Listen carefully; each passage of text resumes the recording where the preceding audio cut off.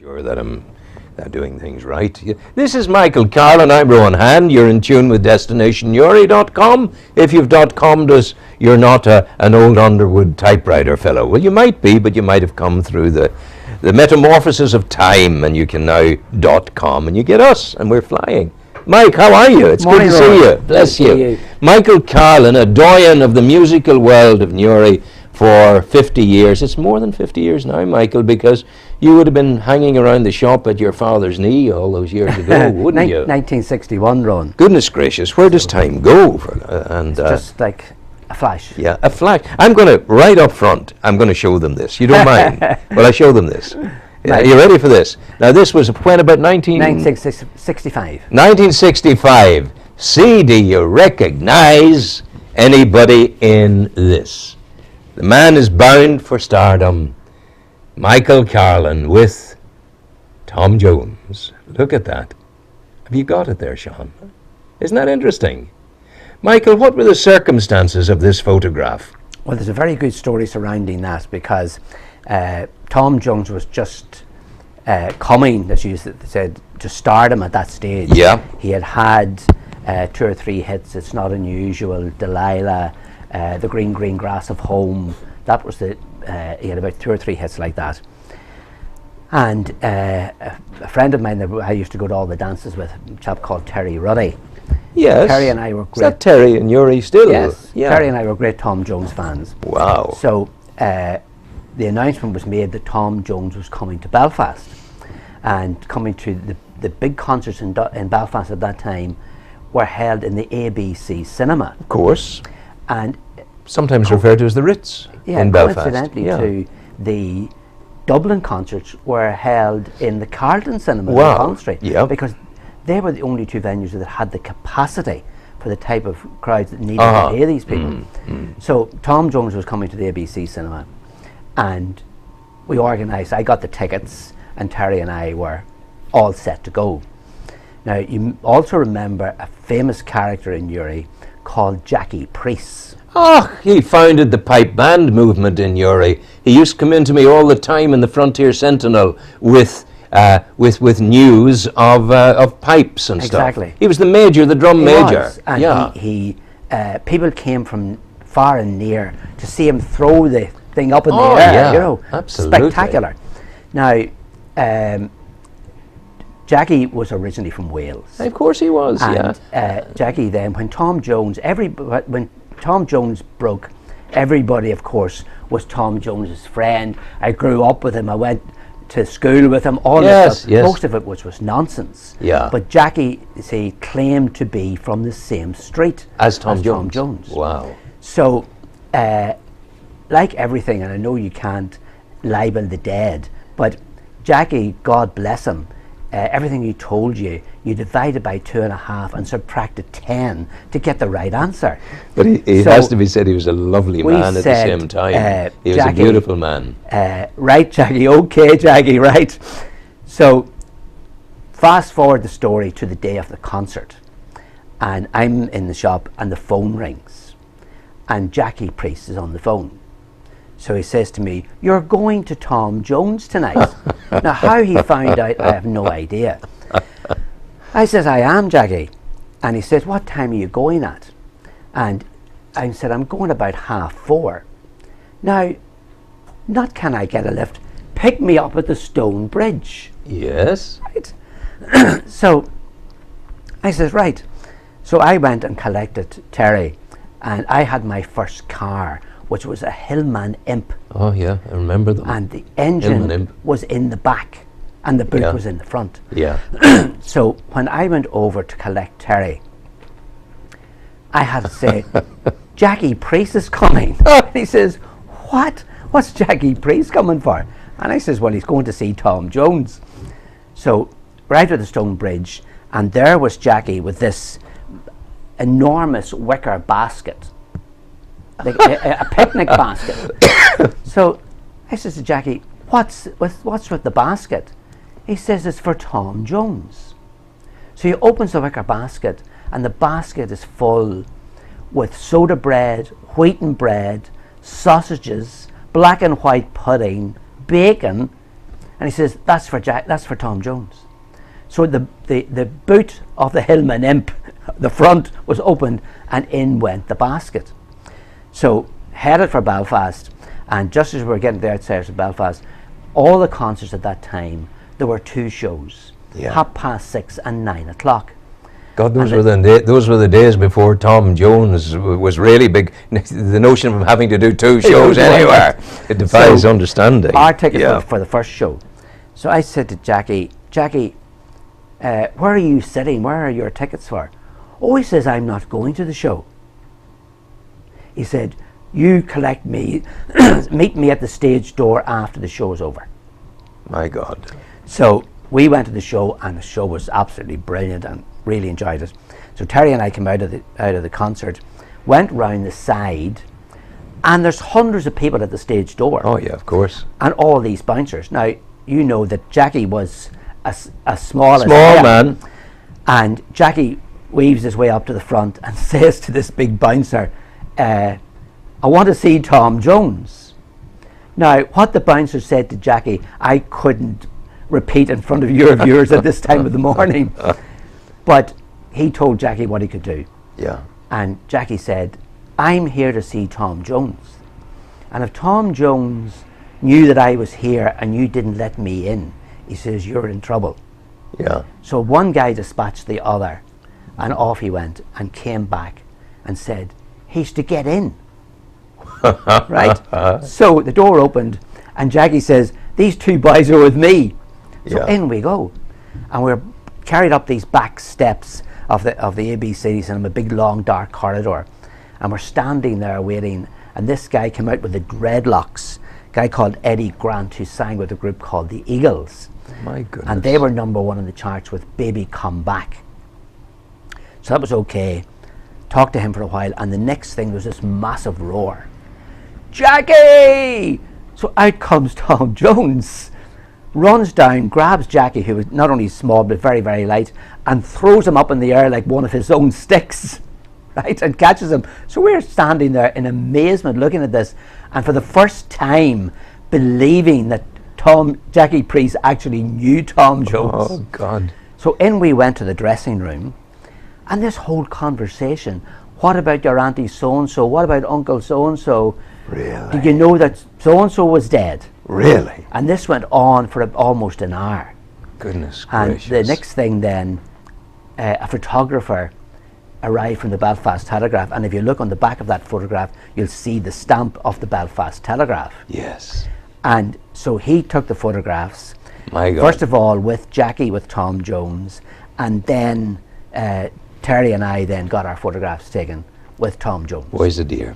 And had you at that time a sense, you know, this was a guy, he's on a double, he's doing 2 shows in the night. Had you any sense, both as a consequence of your natural instinct and also from your experience professionally in the shop, that you were in the presence of someone who was going to become great? Oh, I was starstruck. Really? Totally starstruck. Because, only for Jackie, here I was in the presence of my idol, Wow. Tom Jones. And the fact that we could have got in there, and there were hundreds of people outside who would have loved to got in but couldn't get in.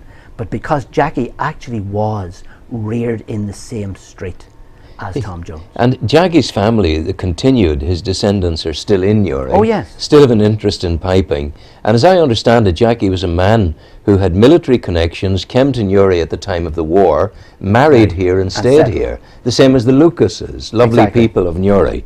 And that was a great connection we had with Wales. And Jackie was there in the middle of it, you know. It was very, very good. Were there other people in your life in the shop, Michael, in Carlin Records? Oh goodness, I shouldn't have done that. Isn't that terrible? Isn't it awful that I would do that? That is appalling. How dare I do that? And that I must put that to. I'm terribly sorry about that. That's the first time in 12 weeks that has occurred. So I'm pretty good at that. We'll let you off this other time. I was only a device to give you time to think. You say about other people you might have met, important and iconic people of the world of music during your time in the shop. I remember one day, Jim Aiken, God be good to him, brought in this man, Solomon King. Oh yes. and he had a massive hit at that stage called "She Wears My Ring." She wears my ring. That's it. That's the one. Kind of it, yeah. And covered later by an Irish show band singer called Sean Fagan of the Pacific Show Band.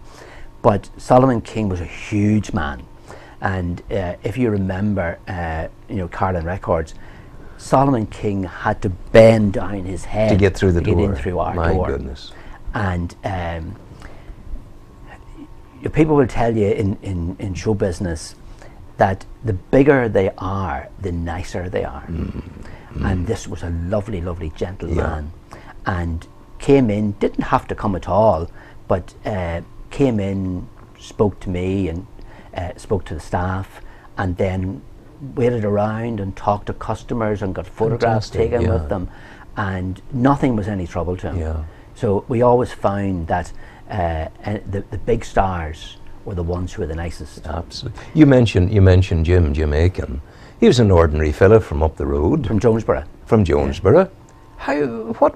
What patched him into a career that would be the person who would bring the greats of show business into Ireland? What was it? Well, you see, or where did he come from in that sense? He was he was a former clerical student first of all, and then he became a teacher, and he started off in Belfast running what was known as the big band date in the Orpheus ballroom. Oh God, I remember it. And then it went on from there. Yeah, just grew from that. Just grew from there. Yeah. And he then started to make the contacts and started. He was the manager of a band called the Plattermen. I've heard of that. Brian Call was the lead singer with the Plattermen. Was he not Brian Call in the Tremolos? No. No. He was the Brian Poole. Brian Poole. Well, I got the Brian right. I'm not so bad. You have an inexhaustible knowledge. Have you ever thought of going on Mastermind with knowledge of the music of the 60s?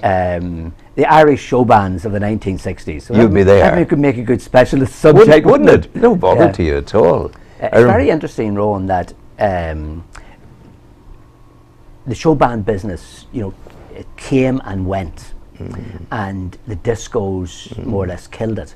But over the last few years, the live band has made a comeback. Really? And it's made a comeback through all these new young Irish country singers. Like country music is huge, and I wasn't tuned into this for a long time, and I was driving out the Belfast Road heading out to see my daughter who lives out in Lurgan, and there was a queue outside the Mourne Country Hotel. Yeah. And the queue extended out onto the footpath, and I looked at it and said, what's going on there?